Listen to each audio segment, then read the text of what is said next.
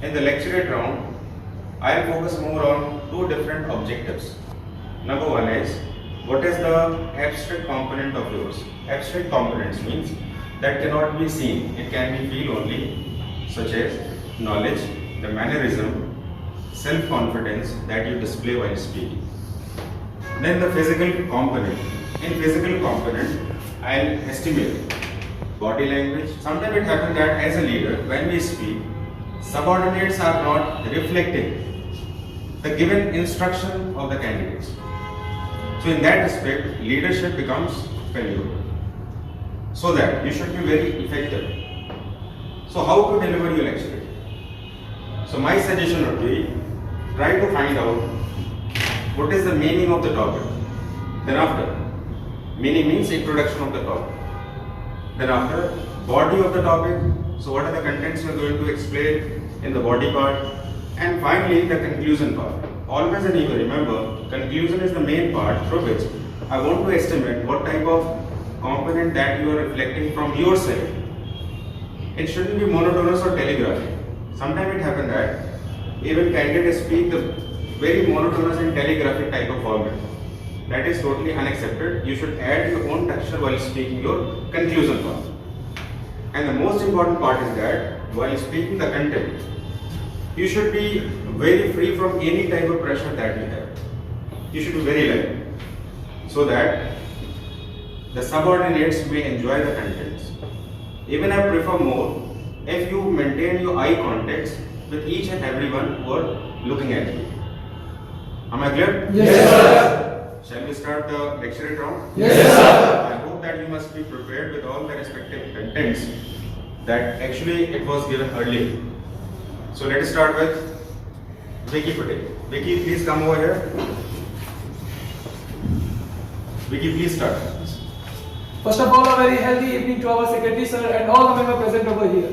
I, Cadet Vicky Patel, from Strength of Youth, present over here to deliberate my views on the given caption. Out of the given caption, I have opted e-waste management. E-waste management is a process to manage the e-waste that is generated by the information technological waste or electrical equipment waste.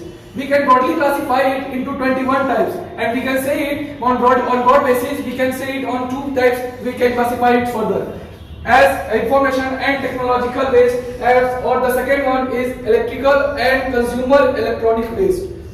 Coming further to the concern that how we can maintain it by our e-waste management.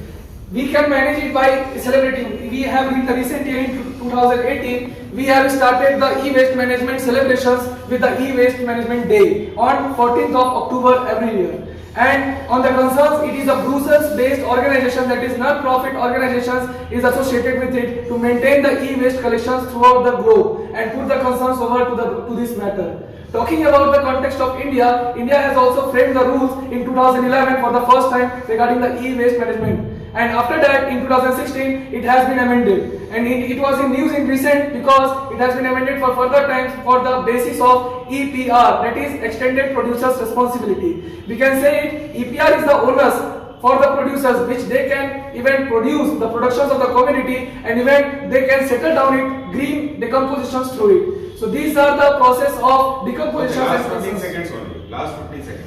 So I'd like to conclude my points with a quote that we are moving towards the further use of technology. So we can say we use the technology to impact people, not to impress the people. So in the further context, we can say that we have to frame such type of rules so that we can unite the proper framework and unite the nations to put these concerns forward. Thank you. Okay, it is a very good attempt. Please take your seat. Thank you, sir. I really appreciate the content that he has covered. Rather, I would like to add some more pieces. So those who are going to participate in the lecture round, if you are very free and comfortable while speaking, if you do not show any type of pressure while speaking, so it would be more appreciable. Clear? Content wise, very good. So always remember, while delivering your content, you should be free from each and every segment. I know that calculations are going on in the brain of yours, but you should reveal it.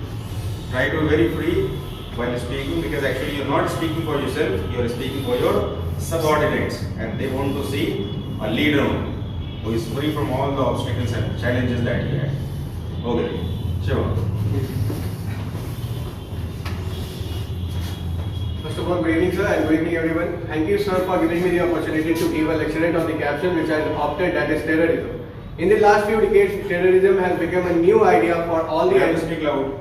In the last few decades, terrorism has become the new idea for the anti-human beings, which is being just instability, creating instability among the human beings. I would like to divide terrorism into two parts: internal terrorism, which is also known as domestic terrorism, and the external terrorism. Internal terrorism basically caused by just due to the mentality of the human being, as well as we have seen that many of the just because of the government schemes that the humans are being hampered with their words, that they are being hampered with their words, that what are the things that which is being stated by the government is not in the favor of them, and even just because of the influencing which is done by the anti-human societies which is happening there, which are whitewashing their words, and it is the reason behind it. And even it is causing the life of the human beings and the instability of the society which is created by the government. And even if we talk about the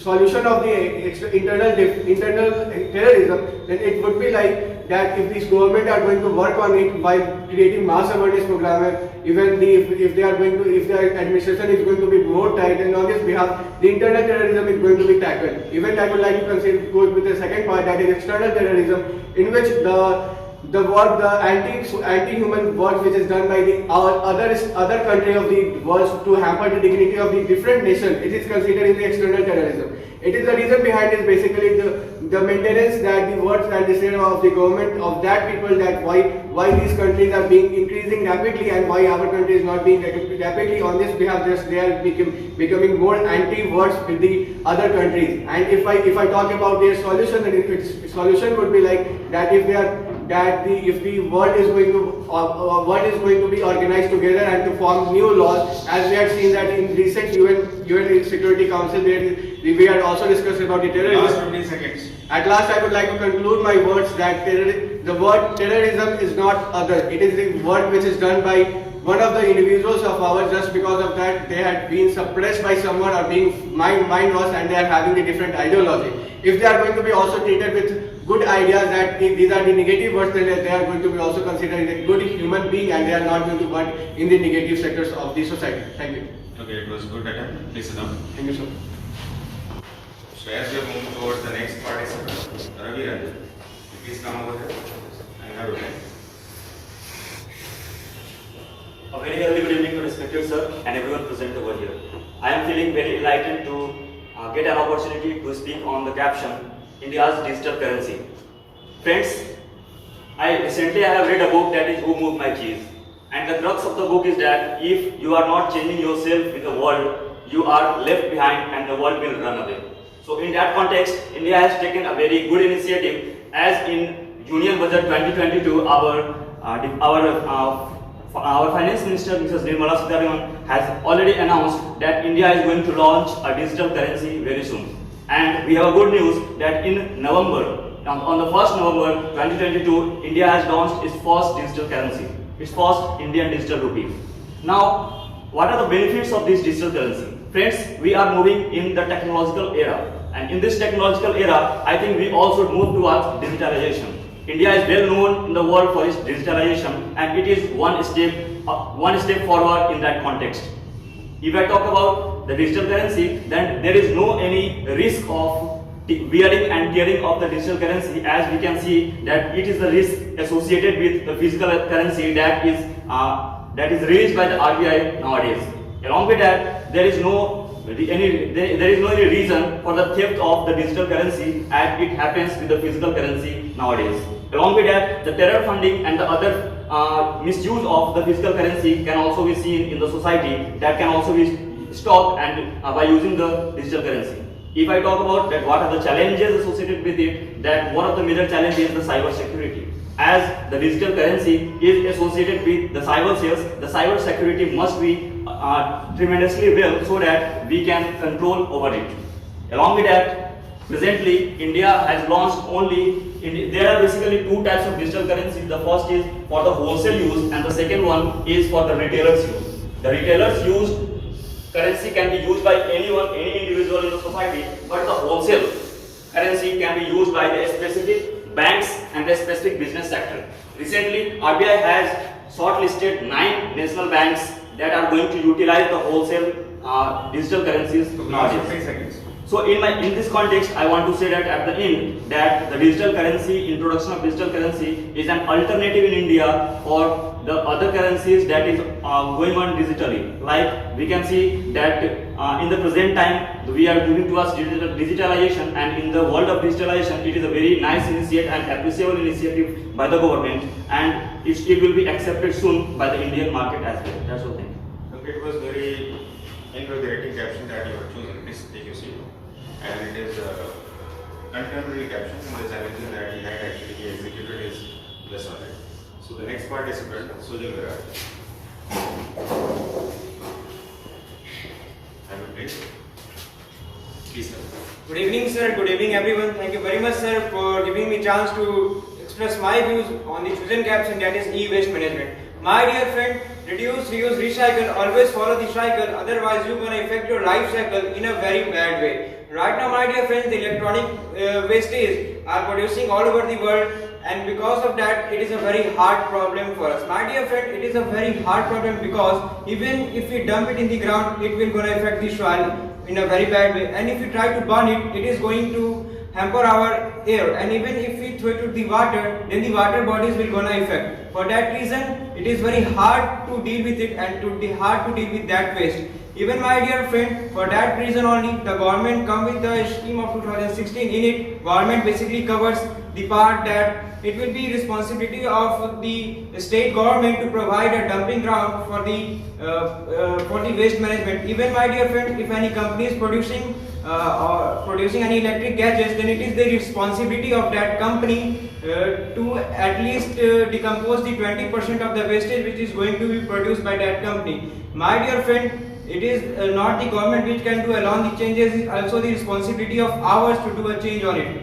Even my dear friend, the thing is that while being the race of development, we are producing so much wastage. For that reason, my dear friend, even in Bangalore till 2050 there will be no drinkable water because of electronic waste. So that the problem is really huge, and to deal with it, we need to be more wise while being on the race of development. For that reason, we all need to come together and work on it, so that after a decade, if we want to give a healthy environment to our upcoming generation, then we have to work from now only, my dear friends, so that when the times come, then we will give a healthy environment to our upcoming generation. Even the problems and the challenges are really high, but it is only tackled by ourselves only, not just government. Government can make the laws. So at last, I would like to conclude that to deal with this type of problems which is worldwide, we all have to come together, and at least we can contribute a bit, that we can collect all the electric waste and try to dismantle it. Even if we can't do it more, then we can also take the responsibility of those wastage which are producing by our homes. That's it from my side. Thank you very much. Okay, very good. Please sit down. Next participant would be Neil Shankar. Please come.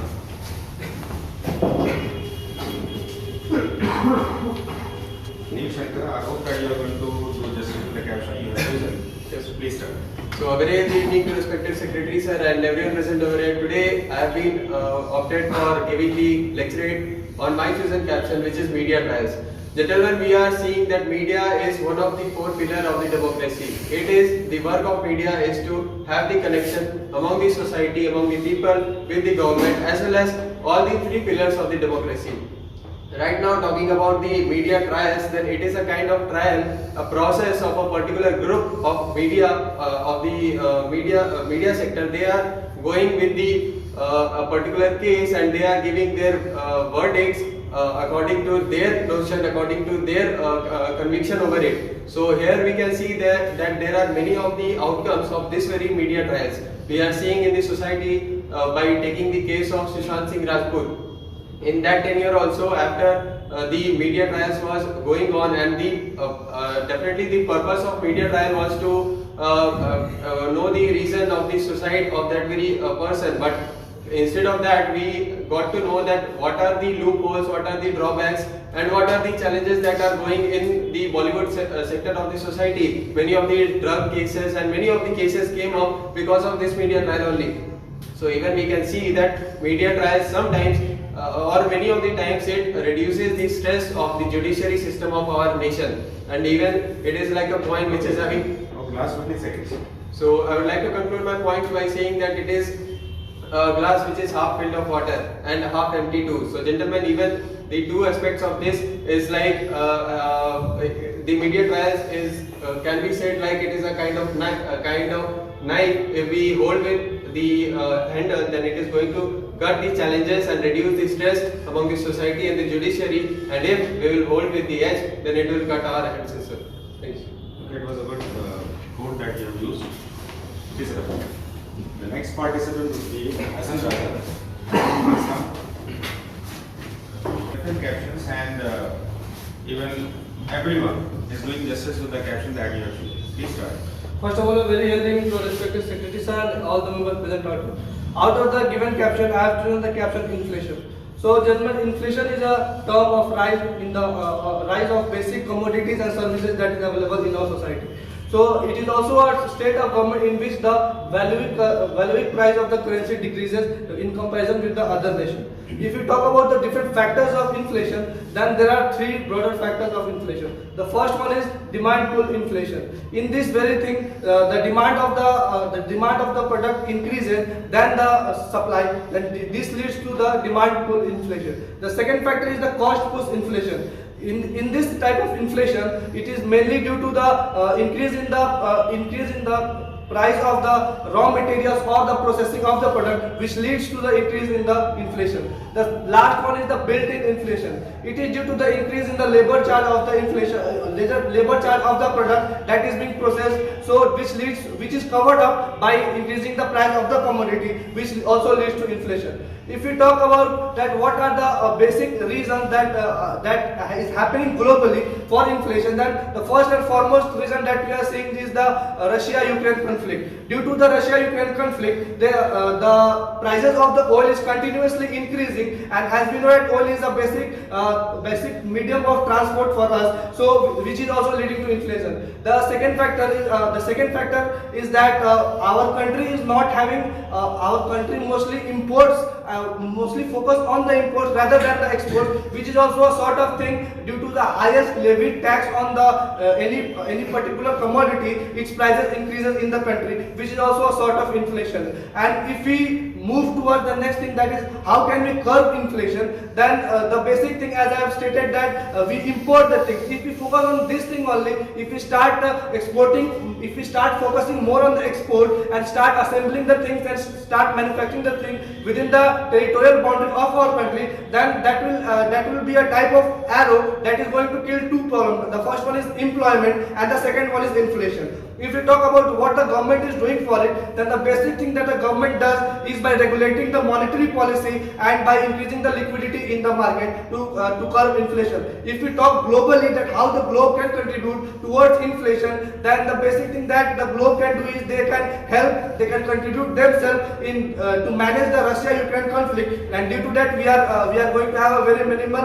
or the normal rates of oil, and which is also going to handle the inflation. And summing up my points, I want to conclude that inflation is a phase of the government that every government has to face in its economy, either it is inflation or deflation. So we can say that it is a part and parcel of our life, and our country is tackling it in a very efficient manner. The RBI is responsible to tackle this thing, and it is doing a very good job for it. That's all from my side. Thank you. Okay, it was very informative. So the points were very drafted in very meaningful way, and so it took a bit more time, but undoubtedly it was good. Please start. Thank you. The next participant, please come. What is your name? Akash. Akash. Please sir. Thank you. Akash is going to deliver his speech. Yes, please start. A very healthy and energetic evening to our Secretary Sir and all the cadets present over here. Today, out of the given caption, I have opted for the lecturate is media trial. India is the largest democracy of the world, and to maintain the democracy, media is the fourth pillar of that democracy. Under the Article 19, it is being given that right to expression, that every citizen of the country should raise their voice and have their expression, whatever they think about the people as well as whatever happening in the society. That's all that the trial which is done before the courts and the case which is being solved and which is being run by the media, having their own point of views and the things that they are doing. And the media, the benefit of the media trials is that they give the voice to the poor people and the vulnerable societies, the people who belongs from the vulnerable society, and the people, the highest grade of the people do not support that very society. That the media plays a very crucial role over there. And the second most part is that the biggest politician as well as the industrialist who is being disclosed by the people, disclosed from the people. But the media plays a very crucial role, just having the disclosed image of that very industrialist. And the negative part is that we can see that it is used to defame the character of the personality. We can have the example of the Sushant Singh Rajput case, that this Riya Chakravarti, at the last it was said that Riya was not at all guilty, but from that media trial only it was stated that Riya was guilty. So it has somehow defamed the character as well as the personality which they build. Due to that media trial, it has somehow demolished. At the last, I just want to sum up all my point that media is given the supreme power to raise the voice of the vulnerable society, so it should be done in a proper way. It should not be controlled by the one or two hands of the biggest industrialist. It should be tackled down in a proper manner, and it should help the vulnerable societies. Thank you. Very good. The Josh level is very high and the content that he delivered. So maybe possible that a few moments were there in which some type of hiccups were there, but actually it was sum up with the confidence that he had. Very good, high Josh. Congratulations. Thank you, sir. Over there. Anybody else? Okay, please start. You don't want to do content. Please start. If you refuse to reuse, it's the word you abuse. A very healthy evening, respected secretary sir and all the cadets present over here. I, cadet Aniket Gaurav from Gaya, Bihar, got a golden opportunity to deliver a lecturette, and I opted the caption e-waste management. So gentlemen, I want to brief e-waste. So e-waste is nothing but electronic waste. All the electronic appliances like TV, fridge, refrigerator, washing machine which are no longer used are called e-waste. E-waste is a major problem that the world is facing today. And according to Global E-Waste Monitor 2017, India produces about 2 million tons of e-waste per year, but the government of India says that India does not produce that very much quantity of e-waste. And dear cadets, government of India has adopted some rules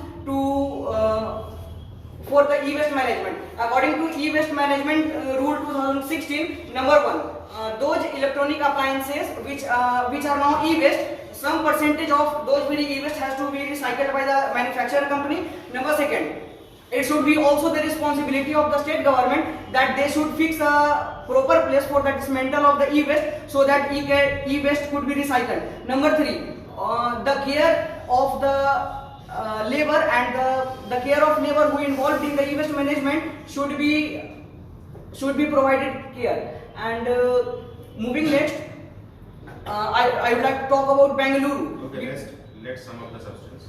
So at the very last, I would like to conclude that e-waste is a major problem that the world is facing today, and government has also fighting against it, and we should also support our government by not throwing the litter anywhere and not even the dustbins, gentlemen. We should collect it and give it to the municipal committee council so that they can dismantle it properly. And at the last, I would like to say a quote that is, if you litter today, then it will be the better tomorrow. That's all from me. Thank you, sir. So it is a very meaningful quote that you have, please Ram. Everybody participated very well, and it is hard to judge even the perception that you have rest on me. Please Ram. I hope the day will come when the leaders of the strength will be recognized for the leadership. Leadership is not a thing that can be earned in the household activities. It is a thing. It can be processed through multiple tasks, and you people are trained for the multiple tasks, and I believe that the day will come when you are going to prove your characters in building up the society. So I rest my words.